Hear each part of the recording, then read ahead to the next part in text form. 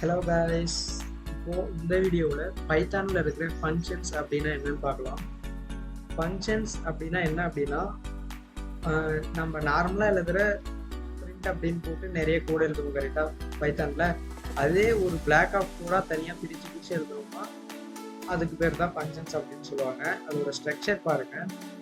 இப்போது DEF அப்படின்றது definition அப்படின்னு சொல்லுவாங்க. டெஃப் அப்படின்னு சொல்லிக்கலாம். ஒரு ஃபங்க்ஷனை டிஃபைன் பண்ணோம் அப்படின்னா இந்த டெஃப் கீவேர்ட் ஃபர்ஸ்ட் யூஸ் பண்ணுவோம். தென் அந்த ஃபங்க்ஷனுக்கு ஒரு நேம் தரணும். ஓகேவா? இந்த நேம் என்னவா வேணாலும் இருக்கலாம். உங்களுக்கு எப்படி பிடிக்குமோ அந்த மாதிரி நேம் வச்சுக்கோங்க.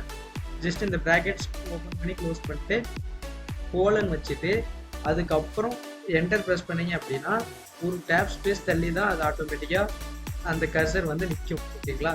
அப்போது அதுக்கு கீழே நீங்கள் என்ன கோடு வேணாலும் எழுதிக்கலாம். ஓகேங்களா? அது இந்த ஸ்ட்ரக்சருக்கு பேர் தான் ஃபங்க்ஷன்ஸ் அப்படின்னு சொல்லுவாங்க. இப்போ நம்ம ரியல் லைஃப் எக்ஸாம்பிள் பார்க்கலாம்.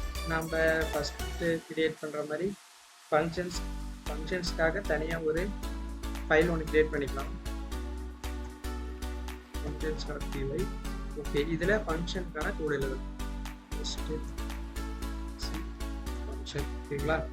ஃபங்க்ஷனோட ஸ்ட்ரக்சர் எப்படின்னா டெஃப் அப்படின்ற ஒரு கீவேர்டு இருக்கும், ஃபங்க்ஷனுக்கான ஒரு நேம். ஓகேங்களா? நான் எக்ஸாம்பிளுக்கு சம் அப்படின்னு ஒரு நேம் கொடுத்துருக்கேன்.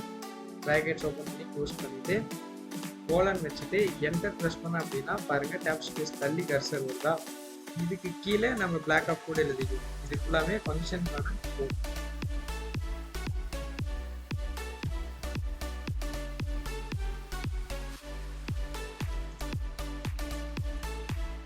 ஓகேங்களா? ஸோ நான் இங்கே பிரிண்ட்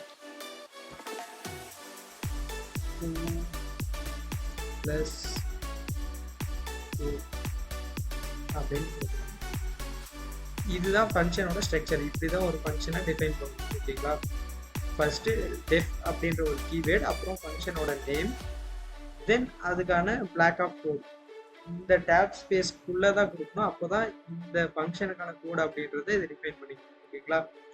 இப்போது இதை எப்படி ரன் பண்ணலாம் அப்படின்னா, இப்போது ரன் பண்ணாங்க அப்படின்னா நம்மளுக்கு கண்டிப்பாக எந்த ஒரு அவுட்புட்டுமே வராது. பிகாஸ் பாருங்கள் எந்த அவுட்புட்டுமே வரல.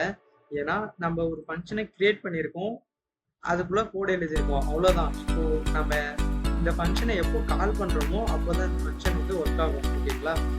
ஓகே, இப்போது இதை எப்படி கால் பண்ணலாம் அப்படின்றத பார்க்கலாம்.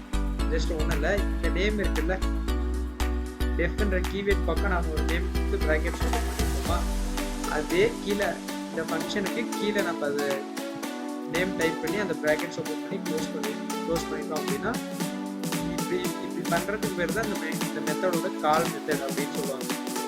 இது பேர் ஃபங்க்ஷன் டெஃபனிஷன், இது பேர் வந்து ஃபங்க்ஷன் கால். ஓகேங்களா? ஓகே, இப்போ ரன் பண்ணி பார்க்கலாம். பாருங்கள் 6 அப்படின்ற அவுட்புட் வந்துருச்சு. இதுதான் ஃபங்க்ஷனோட ஸ்ட்ரக்சர். இதுதான் பைத்தானில் இருக்கிற ஒரு பேசிக்கான ஃபங்க்ஷன். ஓகேவா? இப்போது இதை இன்னொரு விதமாக பண்ணலாம். இது எல்லாரும் பிரிண்ட் பண்ண மாட்டாங்க, ரிட்டர்ன் அப்படின்னு ரிட்டர்ன் 10 + 6 இந்த மாதிரி ரிட்டர்ன் பண்ணுவாங்க. இப்போது ரிட்டர்ன் பண்ணிட்டோம் அப்படின்னா எப்போ நம்ம ஃபங்க்ஷனில் ரிட்டர்ன் பண்ணுறோமோ அப்போது இந்த ஃபங்க்ஷனை கால் பண்ணுறோம்ல, அதை ஏதாவது ஒரு வேரியபிளில் ஸ்டோர் பண்ணிவிட்டு அதுக்கப்புறம் பிரிண்ட் பண்ணால் தான் அதோட அவுட்புட் வரும். ஓகேங்களா? ஸோ ரிட்டர்ன் பண்ணும்போது இருங்க உங்களுக்கு காட்டுறேன். இப்போ பாருங்கள், நான் ரிட்டர்ன் பண்ணியிருக்கேன்னா ரிட்டர்ன் அப்படின்ற கீவேர்ட் கொடுத்து இந்த 2 நம்பர் கொடுத்துருக்காங்க. ஓகேவா? இப்படி கொடுத்துட்டோம் அப்படின்னா இந்த ஃபங்க்ஷன் கால் ஆனாலுமே எனக்கு பிரிண்டே ஆகாது, அவுட்புட் வரவே வராது 16 அப்படின்னு. ஓகேங்களா? பிகாஸ் நான் இதை ரிட்டர்ன் மட்டும்தான் பண்ணியிருக்கேன்.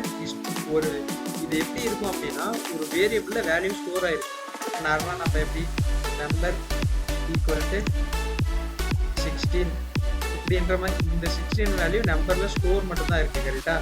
அதே மாதிரி தான் இந்த ஃபங்க்ஷனில் எல்லாமே ரன் ஆயிடுச்சு கால் பண்ணுறப்ப, பட் வேல்யூ வந்து ஸ்டோர் மட்டும்தான் ஆயிருக்கு.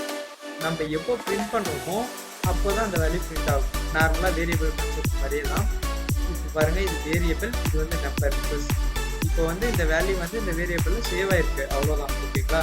இப்போ நம்ம எப்போ நம்பர் அப்படி பிரிண்ட் பண்ணுறோமோ அந்த நம்பரை பிரிண்டில் எப்போ நம்பரை பிரிண்ட் பண்ணுறோமோ பிரிண்ட் பண்ணுறோமோ அப்போ தான் நமக்கு 16 அப்படின்ற ரிசல்ட் வரும். கரெக்டாக வந்திருக்கு பாருங்க. அதே மாதிரி தான் ஃபங்க்ஷனும் எப்போ நம்ம இதை இப்போ எப்போ நம்ம கால் பண்ணுறோமோ அப்போ தான் ரன் ஆகும். பட் ரிட்டர்ன் அப்படின்னு ஃபங்க்ஷனில் நம்ம கொடுக்கும்போது கால் பண்ண ஃபங்க்ஷனை எப்போ பிரிண்ட் பண்ணுறோமோ அப்போ தான் நமக்கு அவுட்புட் வரும். ஓகேங்களா? ஜஸ்ட் நான் இதை ஒரு வேரியபிளில் சேவ் பண்ணிக்கிறேன்.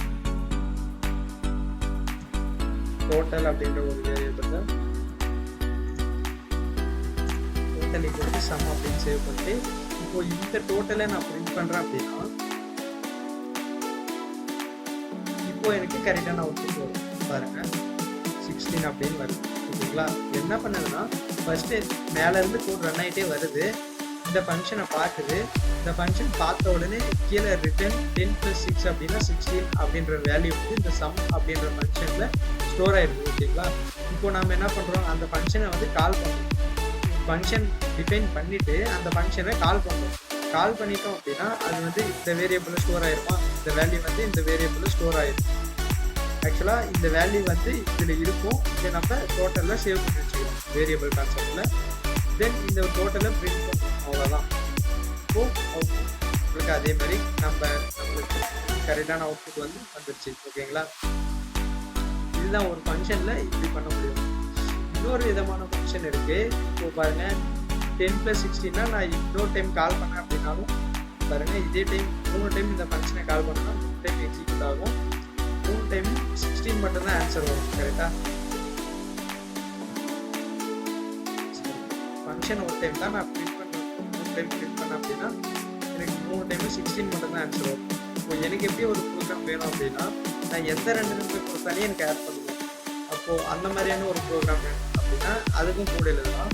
பாருங்க, ஜஸ்ட் இதை எடுத்துடுறேன். ஓ டெஃபினிஷன் அப்படின்றது இந்த இடத்துல எதுவுமே இந்த பிராக்கெட்ஸ் இருக்கு பாருங்க. இதில் பேராமீட்டர் பாஸ் பண்ணுவோம். A, B இந்த மாதிரி பேராமீட்டர்ஸ்.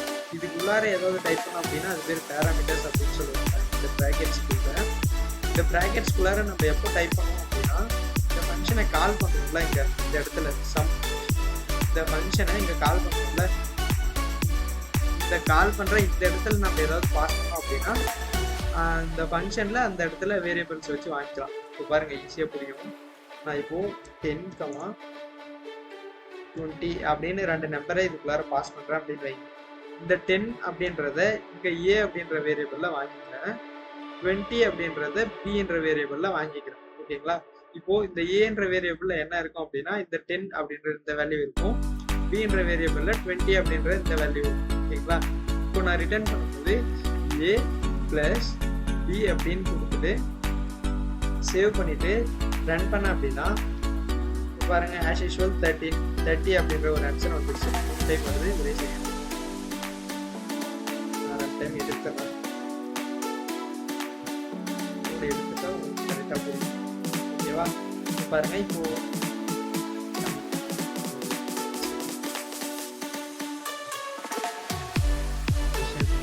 பாருங்க எவ்வளோ நீட்டாக இருக்கு பாருங்க கோடு. இப்போ நான் இங்கே எந்த 2 நம்பர் பாஸ் பண்ணாலே எனக்கு அதுக்கான அவுட்புட் வரும். 20, 650 அப்படின்னு போட்டேன் அப்படின்னா இதுக்கான ரிசல்ட்டாக எனக்கு ஆட்டோமேட்டிக்காக வரும். ஓகேங்களா? பாருங்க 70 அப்படின்னு. ஸோ இது வந்து இன்னும் டைனமிக்காக இருக்கும். ஓகேங்களா? ஃபஸ்ட்டு இந்த ஃபங்க்ஷன் கான்செப்ட் நல்லா புரிஞ்சுக்கோங்க. இதுக்கப்புறம் படிக்கும்போது நம்ம ஃபுல்லாக ஃபங்க்ஷன்ஸில் தான் படிப்போம். ஒன்ஸ் இப்போ நான் ஃபங்க்ஷன்ஸ் வந்து இந்த மாதிரி பிளாக்காக போட்டு எழுதிட்டேன் அப்படின்னா நான் ஆஃப்டர் எத்தனை டைம் வேணாலையும் இந்த ஃபங்க்ஷன் நேம் வச்சு கால் பண்ணி ஈஸியாக எக்ஸிக்யூட் பண்ணிக்கலாம். திரும்ப இந்த மாதிரி கூட எழுத தேவையில்லை. அதுவும் ரொம்ப டைனமிக்காகவும் இருக்கும். இப்போ நான் இங்கே நம்பரை மாற்றோம்னா போதும், எந்த 2 நம்பர் கொடுத்தாலும் என்னால் ஆட் பண்ணி தர முடியும். ஓகேங்களா?